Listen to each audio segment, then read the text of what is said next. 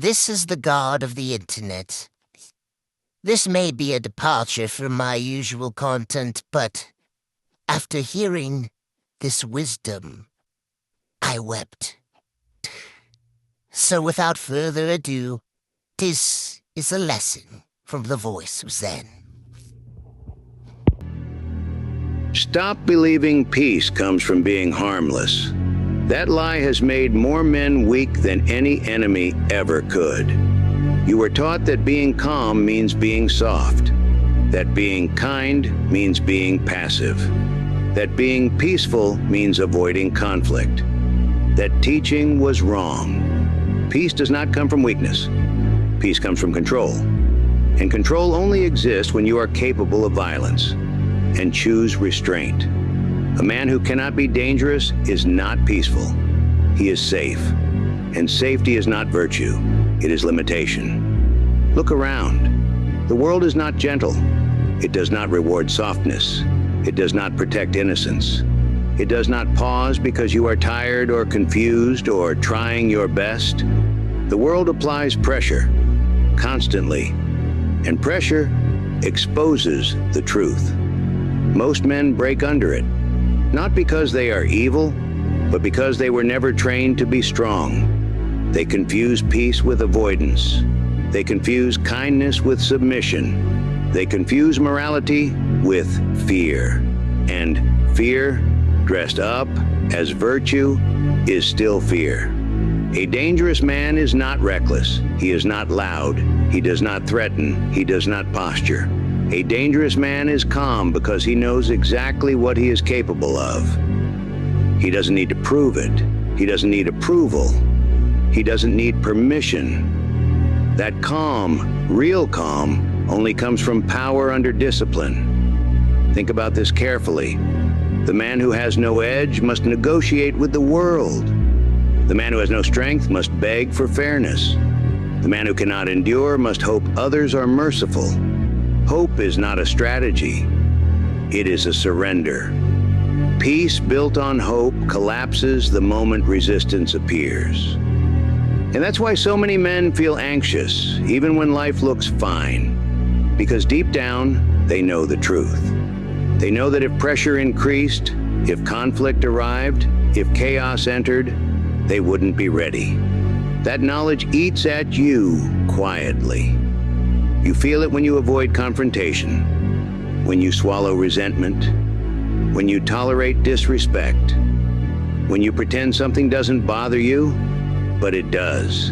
That's not peace, that's suppression. And suppressed weakness always leaks out through anger, addiction, distraction, or collapse.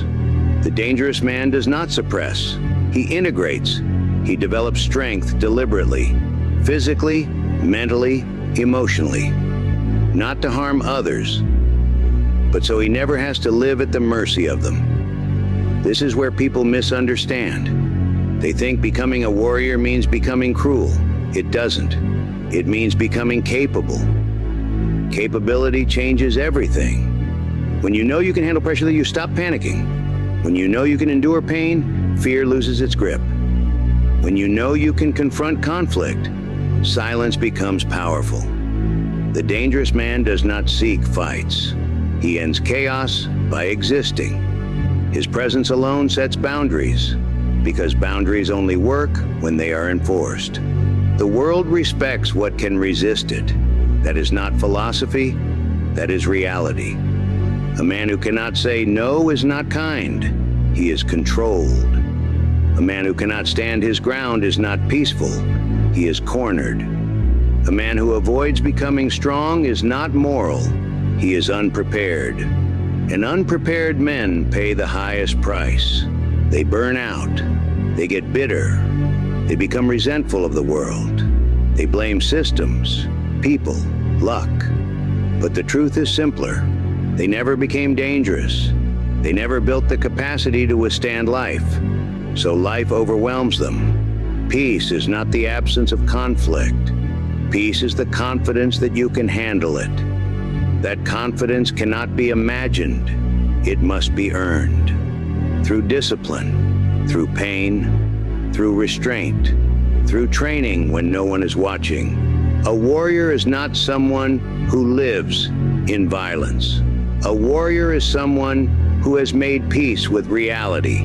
Reality is pressure. Reality is competition. Reality is loss. The dangerous man accepts this without complaint. He does not rage against the world.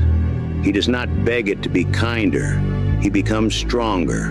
And because he is strong, he can afford to be calm. This is where true peace begins. Not in softness, not in denial, not in pretending the world is gentle, but in knowing that no matter what arrives, you will not break.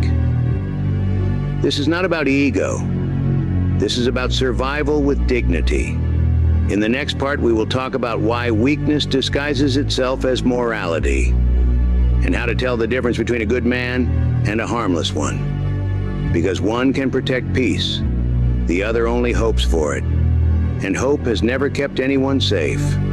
Most men believe they are good men, not because they have tested themselves, not because they have mastered restraint, but because they have never been dangerous enough to choose otherwise. That difference matters more than you think. A man who is incapable of harm doesn't choose peace. He is forced into it. And a forced choice is not morality. It is limitation. This is the lie you were raised with. You were told that being harmless is the same as being good, that avoiding conflict makes you virtuous, that staying agreeable keeps you on the right side. But morality without power is just compliance. It only exists because there is no alternative. True morality begins where options exist. A dangerous man has options. He can push back. He can confront. He can dominate a situation if he chooses. And because he can, his restraint has meaning. The harmless man restrains himself too, but not because of discipline, because of fear. Fear of escalation, fear of consequences, fear of being exposed as weak. That fear shapes his decisions quietly. He avoids saying what he thinks. He avoids standing his ground. He avoids becoming someone others might challenge. And he calls that avoidance being a good person. But inside, something rots. You can feel it when you replay conversations in your head, when you imagine what you should have said, when anger leaks out sideways, passive, delayed, bitter. That is not peace. That is trapped aggression. Aggression doesn't disappear when ignored. It mutates. It turns into anxiety, into self-doubt, into resentment toward people who seem confident, direct, unafraid. You tell yourself they're arrogant, or aggressive, or wrong. But the truth is simpler. They aren't afraid of confrontation, and you are. So your mind protects you by turning fear into judgment. The dangerous man does not judge strength. He understands it. He respects it because he has earned his own. Here's the uncomfortable truth most people avoid. The world does not test your intentions. It tests your capacity. It does not care how good your heart is. It cares whether you can hold your ground when pressure arrives. When things get hard, really hard, morality collapses fast. Watch people under stress. Watch how principles bend when survival is threatened. Watch how kindness disappears when resources shrink. Watch how rules change when power is at stake. This isn't cynicism. It's observation, and the dangerous man observes without flinching. He does not cling to fantasies about human nature. He accepts reality as it is, not as he wishes it to be. That acceptance changes him. He stops trying to appear good. He focuses on becoming capable, because capability gives you a choice. Only a man with strength can afford compassion. Only a man with control can afford patience. Only a man who can dominate himself can afford mercy. Everyone else is just pretending. This is why soft men moralize loudly. They must convince the world and themselves that their weakness is virtue. They speak about peace constantly. They condemn aggression publicly. They frame strength as danger, because if strength is dangerous, then their lack of it becomes noble. But deep down, they know the truth. They feel exposed in the presence of disciplined men who speak calmly, men who don't explain themselves, men who don't seek validation. That calm is threatening, not because it's violent, but because it reveals what's missing. A dangerous man doesn't need to advertise his values. His behavior enforces them. He doesn't argue endlessly. He sets boundaries. He doesn't posture. He stands. He doesn't seek moral superiority. He seeks alignment between his principles and his power. This alignment creates internal peace. No inner conflict, no mental noise, no constant self-justification. When you know you can act, but choose not to, silence feels clean. This is what most men want, but don't know how to name. They say they want peace. What they want is inner congruence. To stop feeling like they're betraying themselves every time they back down. To stop feeling small after situations they should have handled. To stop needing approval to feel safe. That safety does not come from others. It comes from knowing who you are when tested, and tests are unavoidable. The world will challenge you, directly or indirectly. People will push. Circumstances will pressure. Loss will arrive without warning. When that happens, morality without strength collapses into panic. But strength with discipline holds. This is why becoming dangerous is not optional. It is not about violence. It is about capacity under control. In the next part, we will talk about pain, not as suffering, but as training. Because pain is where dangerous men are forged, and avoiding it is the fastest way to remain harmless. Pain is not your enemy. It is the gatekeeper. Every man who avoids pain stays the same. Every man who learns to stand inside it changes. Most people misunderstand pain because they only meet it accidentally. Loss hits them. Failure blindsides them. Pressure surprises them. So pain feels unfair, personal, cruel. But pain isn't targeting you. Pain is testing you. And the test is simple. Can you remain functional when comfort is gone? The harmless man answers no. He flinches. He reacts emotionally. He looks for escape, distraction, excuses, numbness. The dangerous man answers differently. He stays present, not loud, not dramatic, still. Pain sharpens him instead of shattering him. Here's the truth most people never accept. The world does not reward potential. It rewards tolerance for discomfort. Talent without pain, tolerance collapses. Intelligence without pressure, discipline fails. Good intentions without endurance mean nothing. Pain is the price of becoming real. And the reason most men stay soft is not because pain is unbearable. It's because they've never learned how to use it. Pain has two outcomes. It either breaks you or it trains you. The difference is not strength. It is interpretation. The weak see pain as proof they should stop.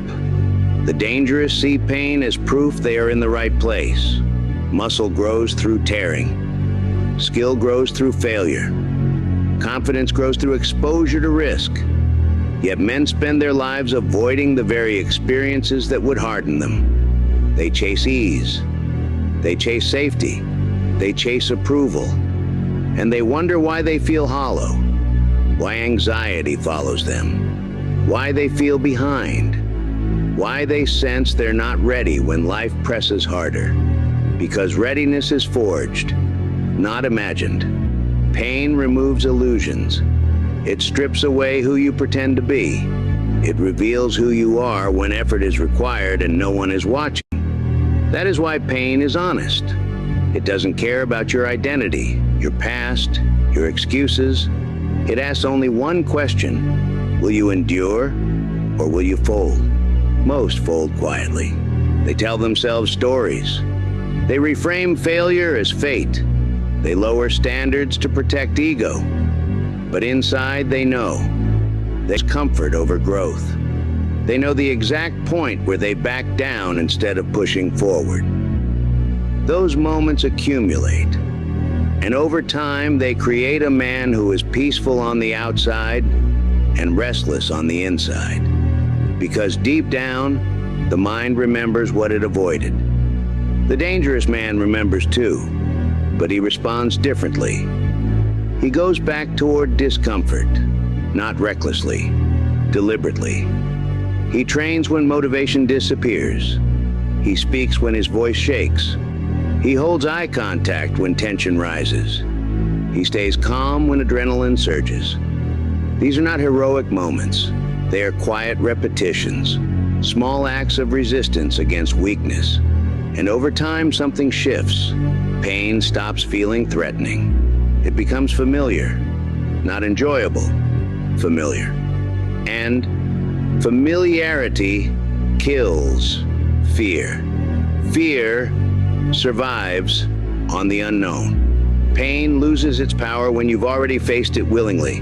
This is why disciplined men move differently. They don't rush. They don't overreact. They don't need to prove anything. They have already tested themselves. They know where they break and where they don't. That knowledge creates stability. When chaos appears, others panic. They freeze. They look for guidance. The dangerous man doesn't, because pain has already been inside him, and he stayed intact. This is where true peace begins, not the peace of avoidance, the peace of preparedness, the peace that comes from knowing you can absorb impact without losing control. That peace cannot be gifted. It must be earned through exposure, which is why the next part matters. Because pain alone is not enough. Pain without structure becomes damage. In the next part, we will talk about control. How dangerous men learn to govern themselves so pain refines instead of destroys. Pain alone does not create strength. Control does. Without control, pain turns men bitter, reactive, unstable. They train hard but explode emotionally. They suffer but never sharpen. They endure but learn nothing. That is not power. That is damage. The dangerous man understands something most never do. Strength is not about how much pain you can take. It's about how little pain controls you. Control is what separates the warrior from the wreck. Anyone can be angry. Anyone can push when adrenaline is high. Anyone can feel intense emotions. Very few can remain steady while feeling them. Control begins internally. Before dominance, before authority, before confidence. It begins with command over impulse. The average man is ruled by reaction. He reacts to disrespect. He reacts to boredom. He reacts to fear. He reacts to opportunity without thought.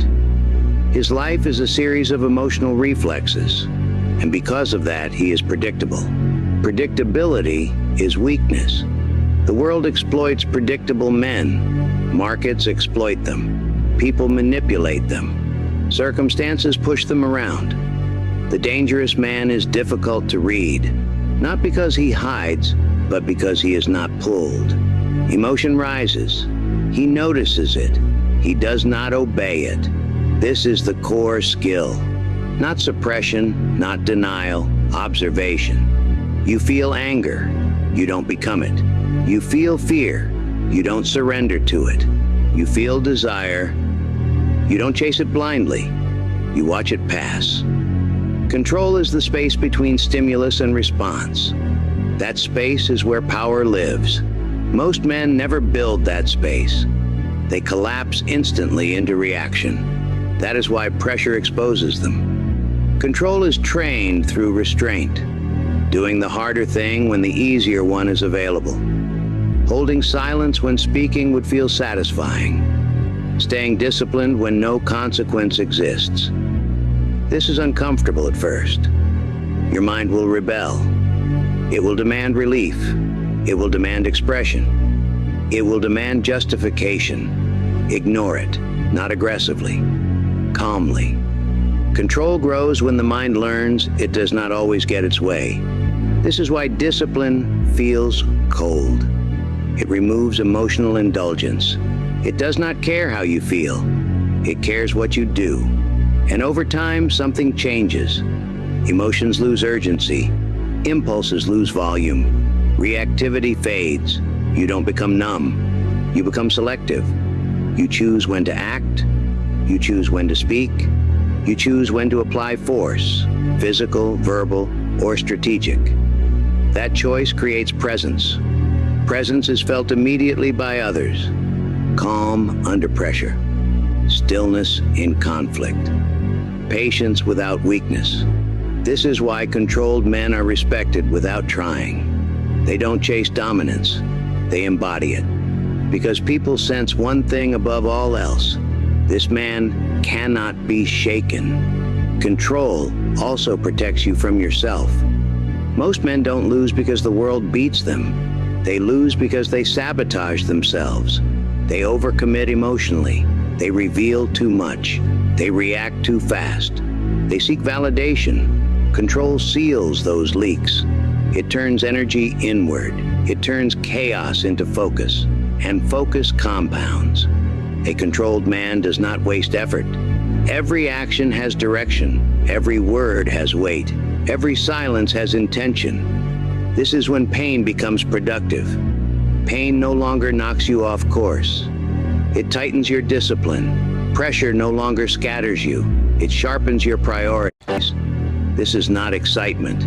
This is not aggression. This is calm dominance. The kind that does not announce itself. The kind that does not rush. The kind that waits because it knows it can.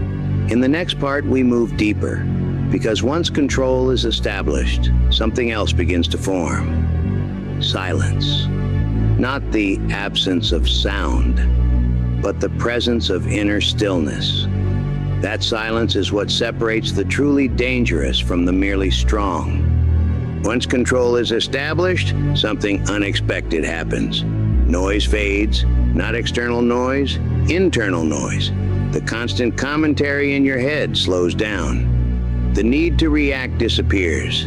The urge to explain yourself weakens. This is silence. And silence is not emptiness. It is compression. Most men are loud internally. Their thoughts race, their emotions argue. Their mind jumps ahead, rewinds, justifies, regrets. That noise drains energy. It makes them impatient. It makes them reactive. It makes them desperate to be understood. Silence does the opposite. Silence concentrates force. The dangerous man speaks less, not because he has nothing to say, but because he no longer needs to say everything. He does not narrate his thoughts. She's done this. He does not broadcast his intentions. He does not explain his discipline. He lets behavior communicate. Silence unsettles people. Not aggressive silence, not hostile silence, calm silence. Because emotional people rely on feedback. They need reaction to feel control. When they don't get it, they grow uneasy. They talk more. They over-explain. They expose their motives. The dangerous man listens.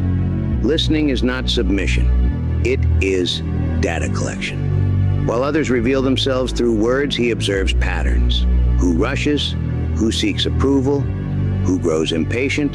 Who needs validation? Silence gives you vision. This is why silence feels powerful. You stop leaking information. You stop committing emotionally too early. You stop reacting to provocation. And because you do not react, others adjust. They soften their tone. They become careful with words. They hesitate before pushing. Not because they fear you, but because they cannot read you. Unreadable men are difficult to manipulate. Silence also disciplines your ego. You no longer feel the need to correct everyone. You no longer feel responsible for being understood. You no longer chase agreement. This is maturity. You understand that clarity does not come from talking more. It comes from acting consistently. The world does not need your explanation. It needs your structure. Silence sharpens discipline. When you speak less, you think more. When you think more, you choose better. When you choose better, you waste less effort. Over time, silence becomes your default state. Not awkward, not forced, natural. You can sit in a room without reaching for distraction. You can face tension without filling the gap. You can wait without feeling anxious. That patience is not passive, it is readiness. This is where many men fail. They mistake silence for weakness because they fear it themselves. They cannot sit with their own thoughts. They cannot tolerate stillness. They need stimulation to escape awareness. You don't. You stay. You remain present. And presence is dangerous because presence means nothing controls you from the inside. No urge, no impulse, no insecurity. You are no longer pulled. You are grounded. This silence is not the end. It is preparation. Because from silence emerges discipline that no longer needs effort. In the next part, we talk about discipline as identity. What happens when structure replaces emotion permanently? At some point, discipline stops feeling like effort. That's when it becomes dangerous. In the beginning, discipline feels heavy. You force yourself. You negotiate with your mind. You rely on willpower. That phase is unstable. Willpower fades. Motivation disappears. Emotion interferes. Most men stop here. They treat discipline like a tool they pick up when they feel inspired and drop the moment it becomes uncomfortable. That's why nothing changes. The dangerous man moves past this phase. He understands something simple and brutal. If discipline depends on mood, it will fail under pressure. So he removes mood from the equation. He doesn't ask how he feels. He doesn't wait to feel ready. He doesn't debate with himself. He operates from structure. Structure replaces motivation, wake time, training, work, silence, recovery, not exciting, not emotional, reliable. This is when discipline shifts from something you do to something you are. You don't try to be focused anymore. You are focused. You don't push yourself to train. Training is assumed. You don't search for meaning daily. Meaning is embedded in routine. This is what identity looks like. Your actions no longer contradict your standards, and that alignment creates internal peace. No mental arguing, no self-betrayal, no quiet shame at night. You know exactly what kind of man you are because you watch yourself live it every day. This identity makes you resilient. Bad days don't derail you. Stress doesn't break your rhythm. Chaos doesn't steal your structure. You adjust, but you don't abandon. Most men think freedom means flexibility. They're wrong. Freedom comes from constraint. When your life is structured, decisions disappear. When decisions disappear, energy is preserved. When energy is preserved, consistency wins. The dangerous man is consistent, not perfect. Consistent. He does not chase extremes. He compounds discipline quietly. And compounding is unstoppable. This is why disciplined men look calm even under load. They're not improvising their lives, they're executing a system. That system protects them from themselves, from impulsive decisions, from emotional reactions, from destructive habits. Chaos has less impact. This is where strength becomes boring. No spikes of intensity, no dramatic highs, no crashes, just steady output. This steadiness unnerves emotional people. They rely on fluctuation. They need excitement to move. They need urgency to act. You don't. You show up regardless. This creates trust with yourself first, and self-trust is rare. When you trust yourself, fear weakens. When fear weakens, confidence stabilizes. When confidence stabilizes, peace becomes real. Not fragile peace, not conditional peace.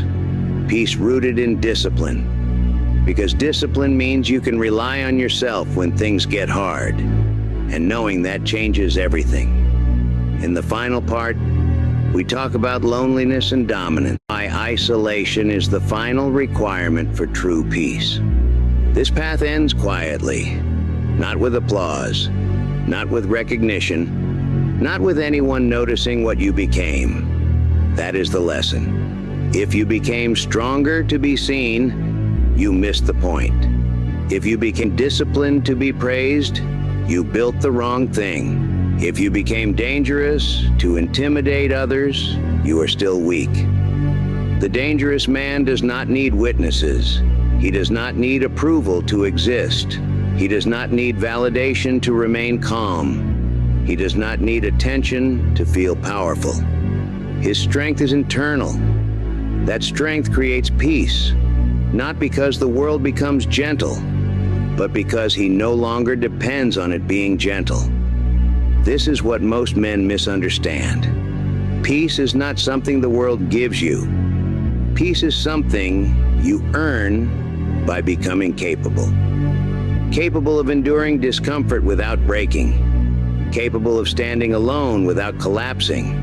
Capable of controlling yourself when emotion demands reaction. That capability changes how you move through life.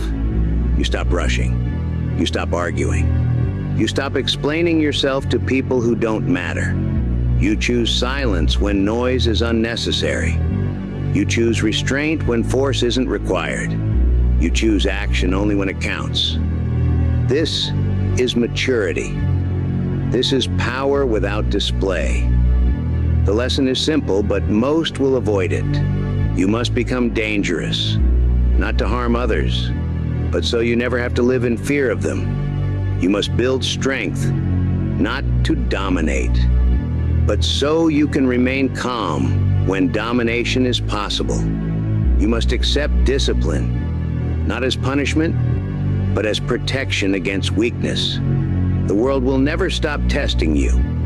Pressure will never disappear. Conflict will always exist. But once you become this man, those things no longer shake you. You don't flinch. And because you don't flinch, you don't panic. You don't overreact. You don't lose control. You remain steady. That steadiness is the reward. Not excitement, not hype, not anger. Peace. Real peace. The kind that comes from knowing without doubt. No matter what arrives, you can handle it. That is the lesson. And that is the man you are building. Quiet, capable, dangerous.